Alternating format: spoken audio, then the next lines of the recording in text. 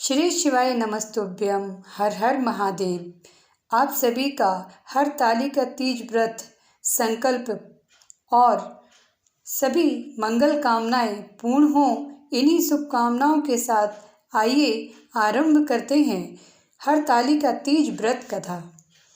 पौराणिक मान्यता के अनुसार कैलाश पर्वत में भगवान शिव माता पार्वती के साथ नंदी और अपने गणों के साथ बैठे हुए थे।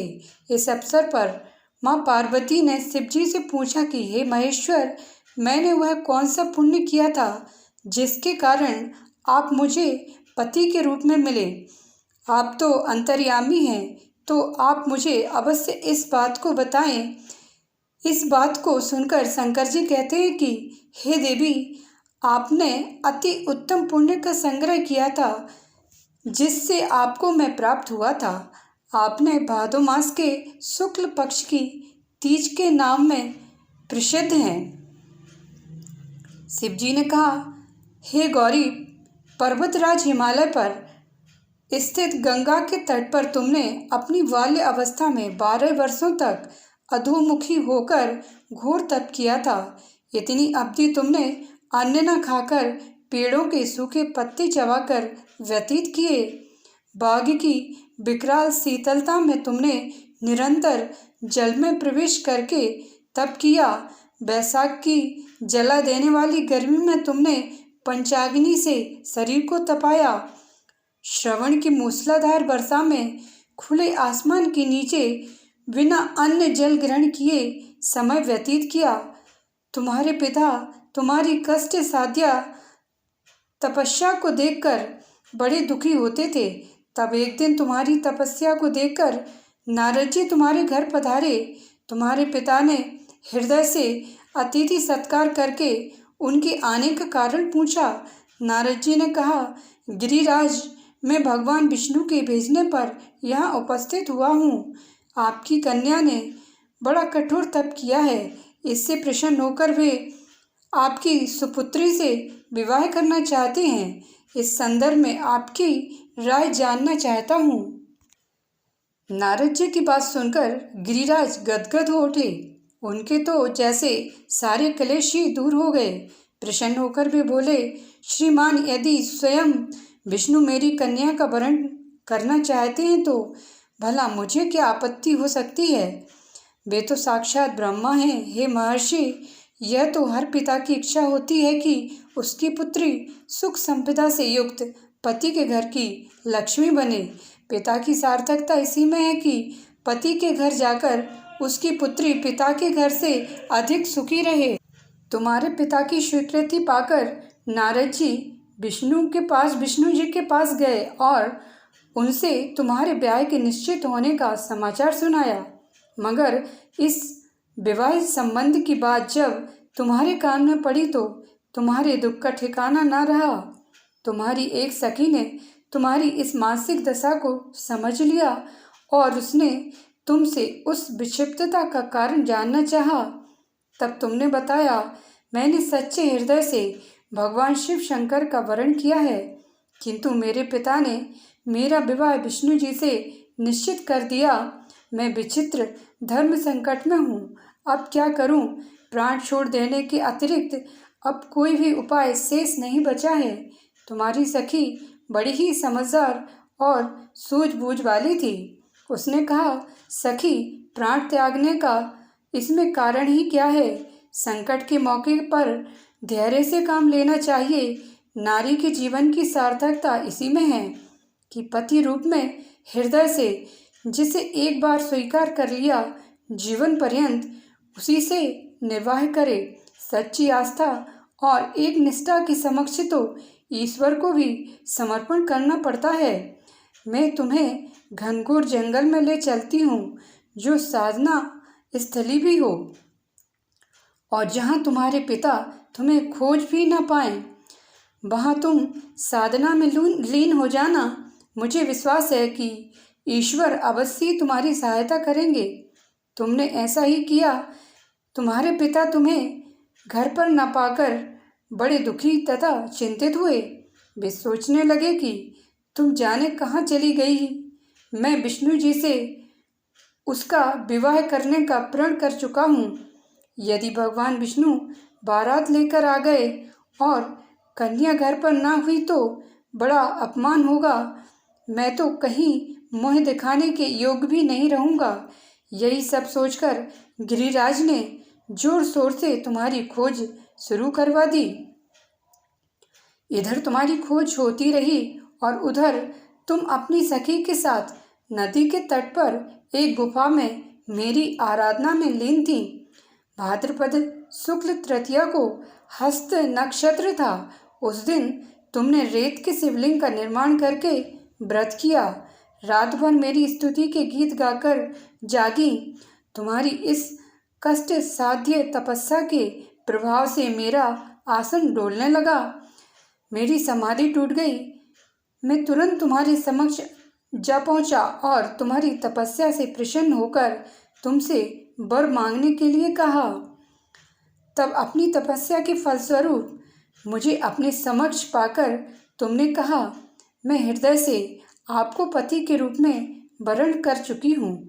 यदि आप सचमुच मेरी तपस्या से प्रसन्न होकर आप यहाँ पधारे हैं तो मुझे अपनी अर्धांगिनी के रूप में स्वीकार कर लीजिए।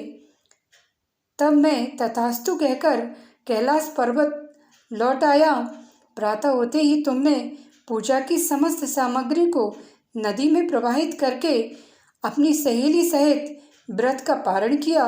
उसी समय अपने मित्र बंधु व दरबारियों सहित गिरिराज तुम्हें खोजते खोजते वहाँ आ पहुँचे और तुम्हारी इस कष्ट साध्य तपस्या का कारण तथा उद्देश्य पूछा। उस समय तुम्हारी दशा को देखकर गिरिराज अत्यधिक दुखी हुए और पीड़ा के कारण उनकी आंखों में आंसू उमड़ आए थे। तुमने उनके आंसू पोंछते हुए विनम्र स्वर में कहा, पिताजी, मैंने अपने जीवन का अधिकांश समय कठोर तपस्या में बिताया है। मेरी इस तपस्या का उद्देश्य केवल यही था कि मैं महादेव को पति के रूप में पाना चाहती थी। आज मैं अपनी तपस्या की कसौटी पर खरी उतर चुकी हूँ।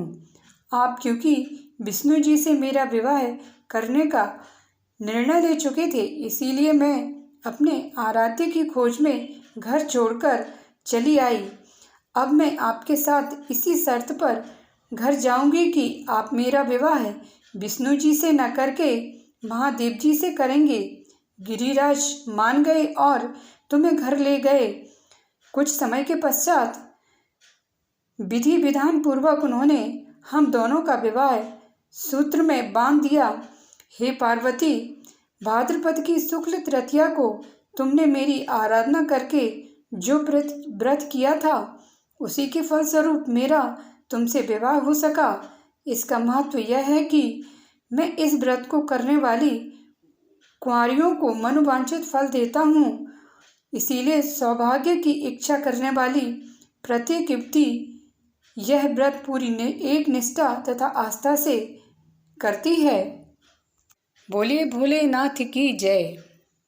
आइए अब हम सब मिलकर भगवान शिव की आरती करते हैं। ओम जय शिव ओंकारा, प्रभु जय शिव ओंकारा, ब्रह्मा विष्णु सदा शिव अर्धांगी धारा। ओम जय शिव ओंकारा। एकानन चतुरानन पंचानन राजे, शिव पंचानन राजे, हंसासन गरुणासन वृषवाहन साजे। ओम जय शिव ओंकारा। दो भुज चार चतुर्भुज, 10 भुज अति सोहै, शिव 10 भुज अति सोहै, तीनों रूप ने रखते त्रिभुवन जन मोहै। ओम जय शिव ओंकारा। अक्षमाला वनमाला मुंडमाला धारी, शिव मुंडमाला धारी, चंदन मृग मध्य सोहे भाले शशिधारी। ओम जय शिव ओंकारा, प्रभु जय शिव ओंकारा। श्वेतांबर पीतांबर बागांबरी अंगे, शिव बागांबरी अंगे। शनकादिक गरुणादिक भूतादिक संगे। ओम जय शिव ओंकारा। कर के मध्य कमंडल चक्र त्रिशूल धरिता, शिव चक्र त्रिशूल धरिता। जग करता जग भरता, जग संहार करता। ओम जय शिव ओंकारा।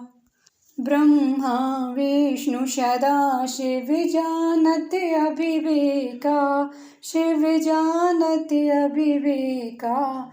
प्रणवाक्षर में शोभित ये तीनों एका।